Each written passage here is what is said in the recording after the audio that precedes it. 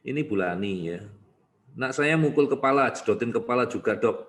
Tapi sakit kalau kuat-kuat. Jadi dia lakuin itu untuk cari attention teman-teman. Ya, dosis enzimnya aja ditambah biar dia kesakitan.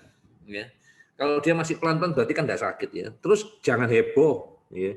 Orang tua tuh saya kayak heboh. Kalau aku tak biarin. Ya. Jedok, biarin aja sekali kena gitu ya. Nanti kan dia kapok. Ya. Nanti akan diulangi lagi lebih pelan. Tapi jangan heboh, pura-pura enggak tahu.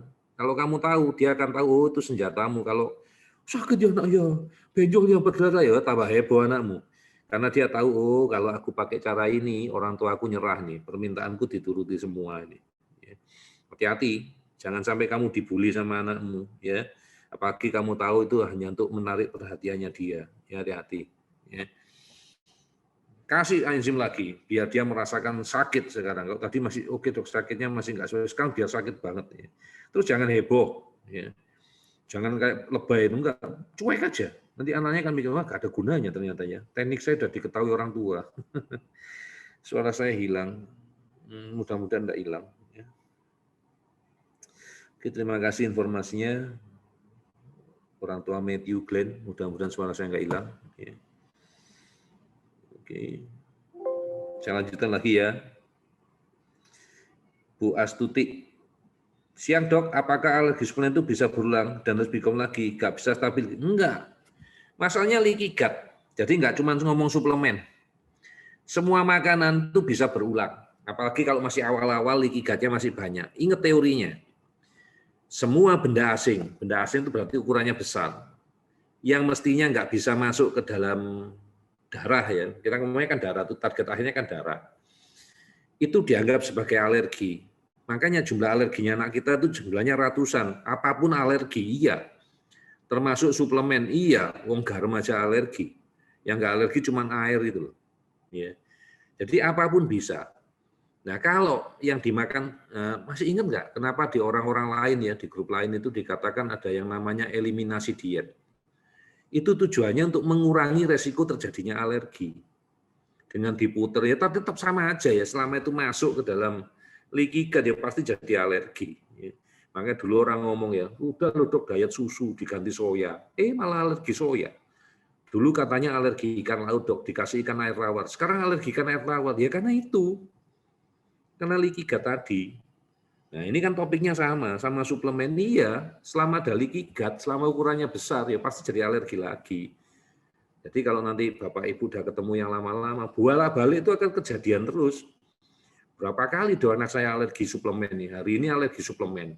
2 minggu nggak apa-apa, minggu ketiga alergi lagi. Iya, karena leaky gut-nya belum selesai. 6-7 meter. Ya kan 6-7 meter yang harus kita tambal. Sedangkan suplemen yang nembel itu, probiotik itu, masuknya kan bertahap, pelan-pelan. Sampai terakhir udah kita pakai dosis, sudah kita jadikan 8, itu pun kita imprint. Supaya nembelnya lebih cepat. Ya.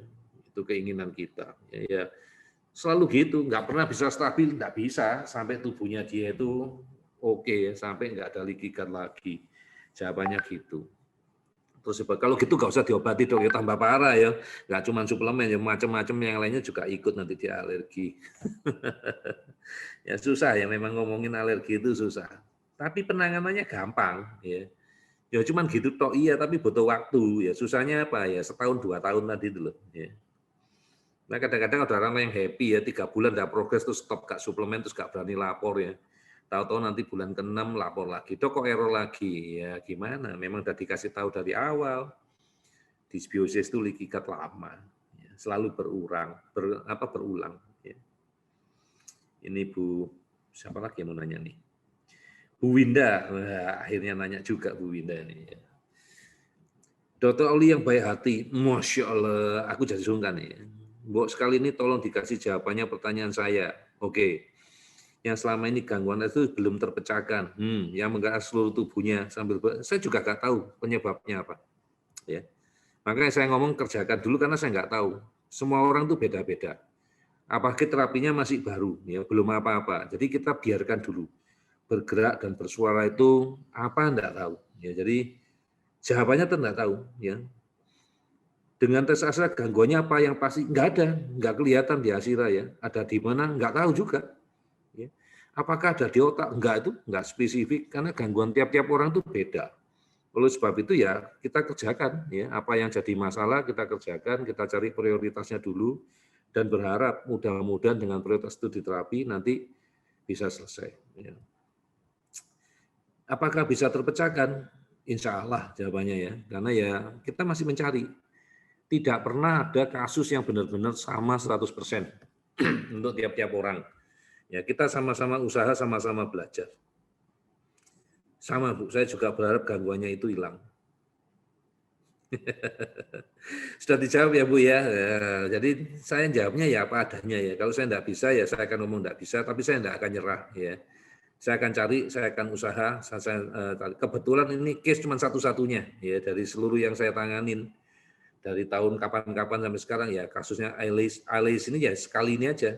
Makanya saya cari ya apa yang membedakan dengan orang yang lain ya. Saya buka satu-satu tapi terus terang belum banyak ya karena saya masih belum punya waktu kemarin. Nanti mudah-mudahan kalau udah nggak ketemu, nggak tatap muka sama orang, saya bisa bandingin ya hasilnya satu-satu punya anak. Di otak itu yang adanya apa? Yang membedakan dia dengan otaknya orang lain. Kalau saya lihat saat ini semuanya sama, ya nggak ada sesuatu yang spesifik ya. Apakah ini ada hubungannya dengan saraf, apa stimulasi saraf ya? Karena yang saya perhatikan, mohon maaf ya, dia ada CP, ada cerebral palsinya. Ya, ada cerebral palsinya saya lihat apakah ini suatu proses dari apa ya? Kalau saraf kecil tuh ya namanya tics ya, ini kayak tics gitu loh. Ini kayak rangsang, kayak stimulus gitu loh. Apa ini proses seperti itu saya belum tahu ya, karena bidang saya dari dulu yang paling banyak ya menangani yang katanya autis itu ya. Yang katanya Down syndrome, yang katanya cerebral palsy itu ya kadang-kadang mereka ikutan ya tetap saya layani, saya tetap terapi ya, tapi saya jujur belum bisa menemukan ya jawabannya apa, gangguannya di mana, karena relatif yang saya temukan ya sama, yang spesifik belum ada. Ya. Itu jawabannya, Bu Winda. Ya. Akhirnya lega ya, wah lah dok, ternyata belum ketemu ya, belum ketemu, makanya nggak pernah dijawab tuh bukan karena nggak mau jawab ya, belum ketemu, makanya aku ngomong ikuti aja prosesnya ya, gitu. Sekarang balik lagi ke Bu Lulu ya, Mama Safiar. Dokter Safiar 2 minggu ini gangguan, kan sudah dijawab ya gangguan tidur ini tadi ya. Sudah ya, sudah dijawab ya. Jadi Bu Lulu pertanyaan sama, sudah dijawab. Coba dikasih ESO, kemudian diselidiki, ya diselidiki yang menyebabkan neurotransmitternya naik itu apa? Ya. Tadi sudah tak jawab pertanyaannya ya. Ini Bu Indah Puspita, dok ketika hasil tes Asira terdapat alergi terhadap jenis makanan tertentu. Ini dibaca dulu aja jadinya. Dok, ketika di hasil tes Asira terdapat alergi terhadap jenis makanan tertentu, itu sebenarnya bisa hanya diatasi dengan konsumsi enzim saja atau harus khusus dengan BICOM? Harus BICOM. Ya, karena kalau Bapak Ibu atau Ibu ya, Bu Indah nanti nonton ya videonya khusus yang membahas leaky gut ya sama anak error tadi. Enzim itu hanya membantu mengurangi error, tidak menyembuhkan alergi. Ya. Nah, kalau seperti itu terus sepanjang tahun ya sampai seumur hidupnya dia akan tergantung sama enzim. Kemudian Bapak Ibu ingat, salah satu yang menyebabkan leaky gut itu apa? Alergi makanan. Selama alergi makanannya tidak kita terapi, ya dia akan tetap leaky gut. Sampai kapanpun akan leaky gut. Ya, jadi ya kita perlu terapi BICOM, iya. Dok, kalau seandainya masalahnya lain, dok, tidak punya uang, ya cari uang.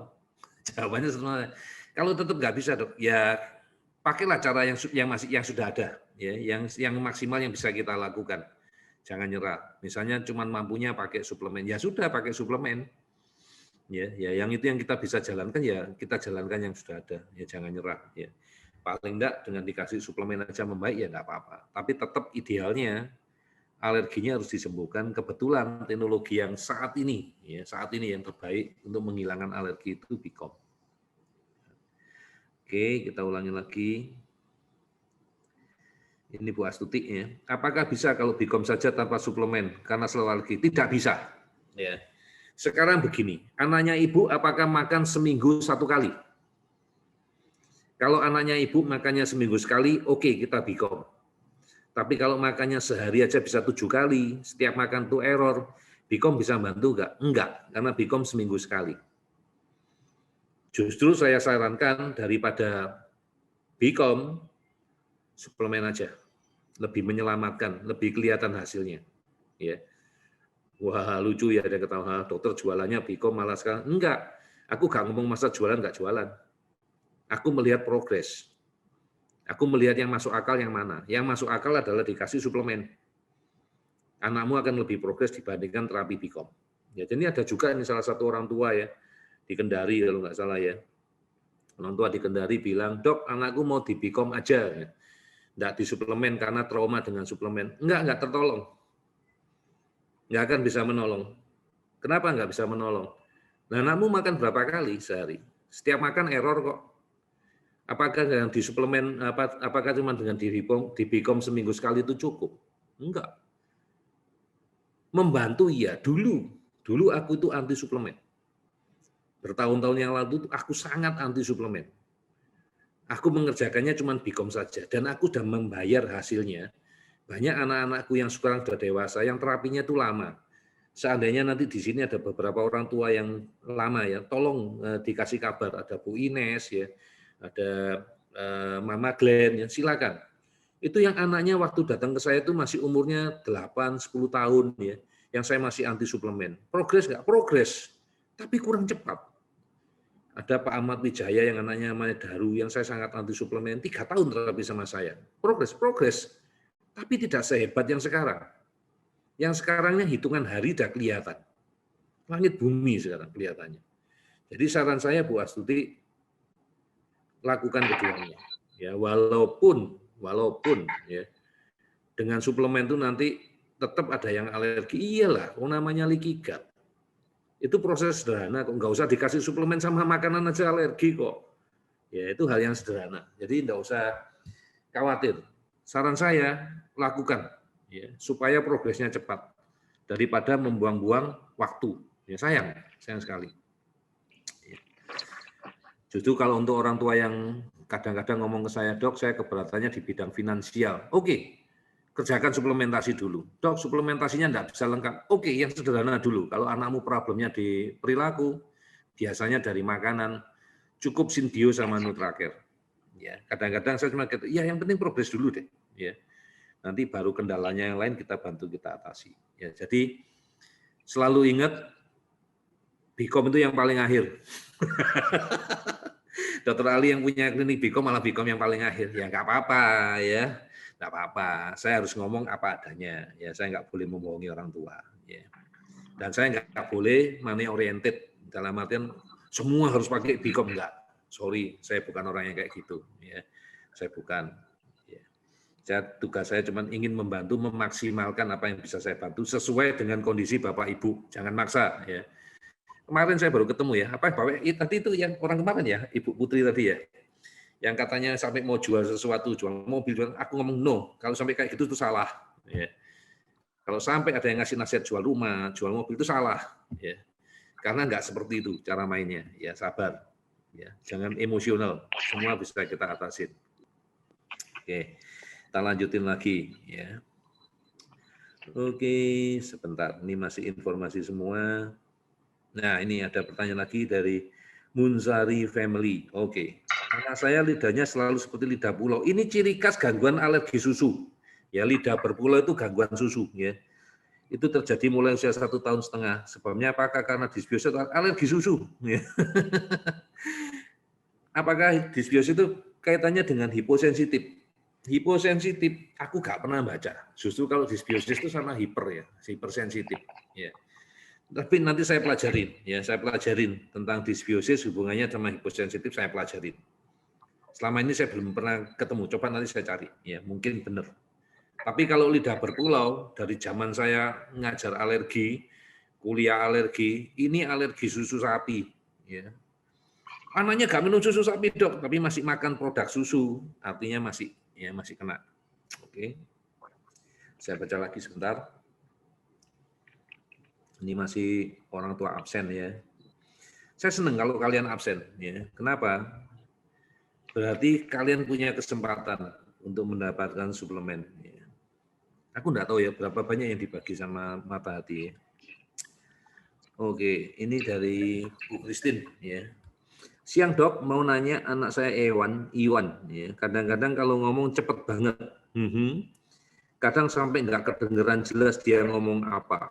Mirip aku kayaknya. Tapi kalau diajarin ngomong pelan-pelan, dia bisa ikutin, tapi giliran dia ngomong sendiri cepat banget. Ini gampang, Bu. Ini gampang. Kalau Ibu nonton video tentang bagian mana otak yang kena, Ibu tak kasih PR deh. Cari Ibu.